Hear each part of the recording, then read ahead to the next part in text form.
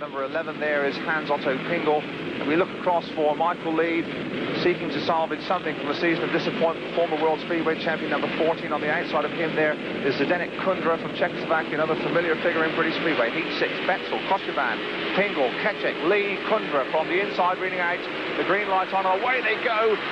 And it's Lee, indeed, who makes the jump from wide on the outside and coming hard up on the inside. It's Christoph Betzel. And these were the two we rather felt might carve up heat number 6. Lee had a somewhat disappointing opening ride. It clashed with one of the West Germans, left him back in third place. And he really is flying here in heat 6, though.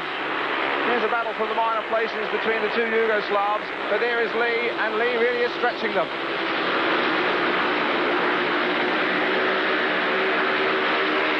And he's back in second place, and there is Michael Lee. He's on a new prototype Czechoslovakian Jawa engine, and it does look very, very quick indeed. Just look at him go, absolutely streamlined, 100 mile an hour around this 1,000-meter, very well prepared Gornja Radgona track in northern Yugoslavia. Lee absolutely taking them apart here in heat 6, really has settled well. Remember, no Englishman has ever won this world long track title, but Michael Lee, after all the heartbreak, after all the disappointments and indeed the controversy of his 1981 Speedway season, looks very much at home here on Yugoslavian shell. In second place it is Christoph Betzel. We rather reckon that he won his opening ride. Remember, it's 5 points for a win and so on down the line, and no score for a last place. Betzel's second, and there's a bit of a battle going on for third place, and there goes Zdeněk Kundra almost collecting the boards, and that's allowed the German Pingel through. We'll see just on the line. I think he's going to get up. There he goes over the line. So it's Lee who collects 5 points, and that must be good for him. Heat 7 could be an important one. We have George Gilgenreider there, one of the always menacing West Germans. Another German there, Joseph Aigner, Ivan Major, the old warhorse, 6 times World Speedway champion, 3 times winner of this championship. And on the outside, Peter Collins, of course, the Englishman, highest ever placed Englishman, 3rd in 1978. So Heat 7, Major, the man who's talked about retirement, would love to go out on a high note. He's from the outside there. Collins is on the outside. Who's going to make the jump? Away they go, and it's Collins from the outside. Gilgenreider's got a good start too, and so has Aigner. And Major is locking back onto the line as they go across into the first 2 corners, leveling out. It's Gilgenreider in first place. Aigner is second, and Major is making his big run down the inside. And there's some terrible trouble, and Major and Aigner have picked each other up. Keček has taken to the infield to avoid the carnage. And that really was a bad one, a horrendous one for Ivan Major, down and clearly in trouble. Here we can see Bruce Pennell, the World Speedway champion in the British contingent, clearly distressed by Ivan Major. Ivan in a great deal of pain. Heat 9, Michael Lee with 8 points, looking for the necessary to qualify for the second semi-final here. He'll be on the inside. He's got a German, Wilhelm Duden. There he is, number 9. Next to him, Karl Mayer, the reigning champion. Hasn't been happy so far, 3 points only. A Yugoslav, Lado Kuchevan. Next to him, George Hack. And on the outside, perhaps his main danger, Anders Michanek, a former holder of this crown, and of course, the 1974 World Speedway champion. Heat 9, Michael Lee on the inside, looking for points. It looks like Lee, and Lee almost propelled himself into the first corner. Lee and Michanek together. Lee on the inside, Michanek on the outside, back in third place there. It looks as though it's George Hack, but Michael Lee really is going like a steam train.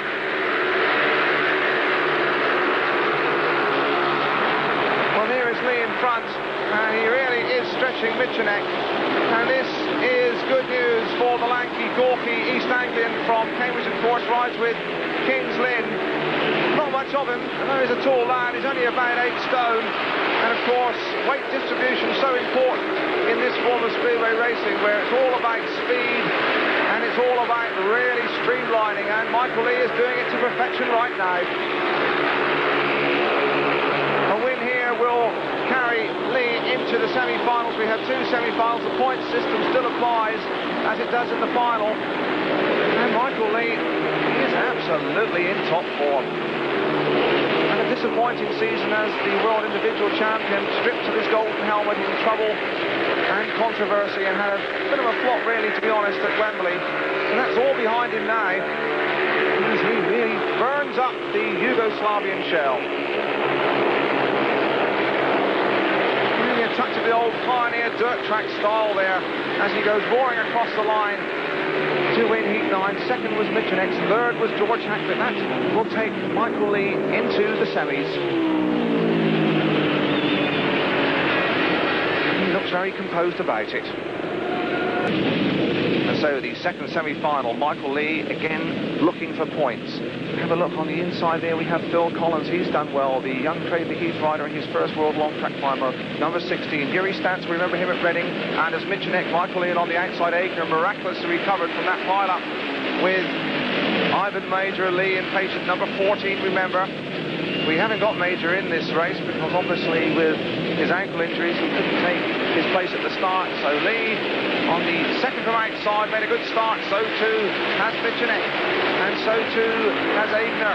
But it's Michenek who leads it, and Lee around the outside, Michenek on the inside, Lee on the outside, and now the battle really is on. And can Michael Lee find the horsepower? Can he find the legs to go by Michenek? And I think he can, and that's a beautiful action picture. Oh, really beautiful. Michael Lee stretched open the throttle, and this clearly is a potent piece of Jawa machinery that Michael Lee is sitting upon. Michenek's in second place, and third it's Phil Collins. That's a good placing for the young Cheshire rider. Thinking around the inside there, Phil Collins won his semi-final. Lee had to struggle a bit to qualify. Struggling here in Yugoslavia. Battle for the minor placings there is Michenek and Collins.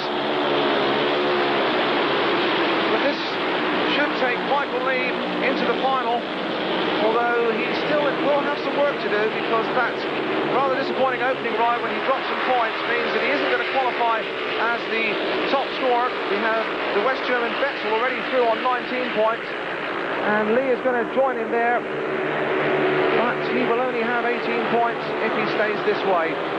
Hasn't made a mistake apart from that first ride, and not making a mistake here. Here he is, poetry in motion. He wins it. Second place is Michenek. Third is Phil Collins. A good ride again.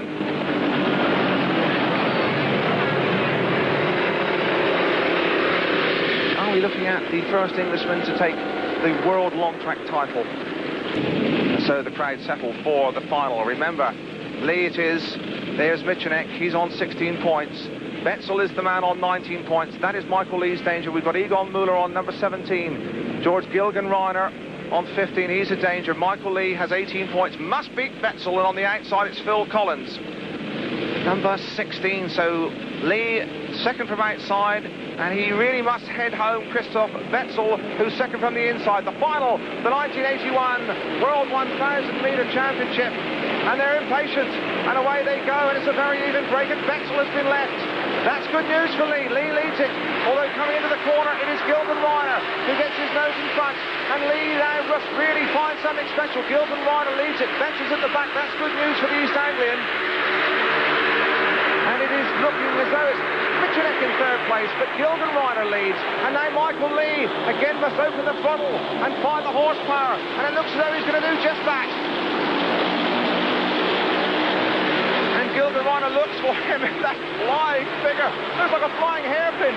But my word, him travelling more than somewhat. Look at him go. And he's just squeezed by. Michenek still far from out of contention, but Michael Lee has gone around the outside of Gilgen-Reiner. Betzel's way at the back, and this looks as though it's going to be successful. Michael Lee, and England's only Speedway World Champion of 1981.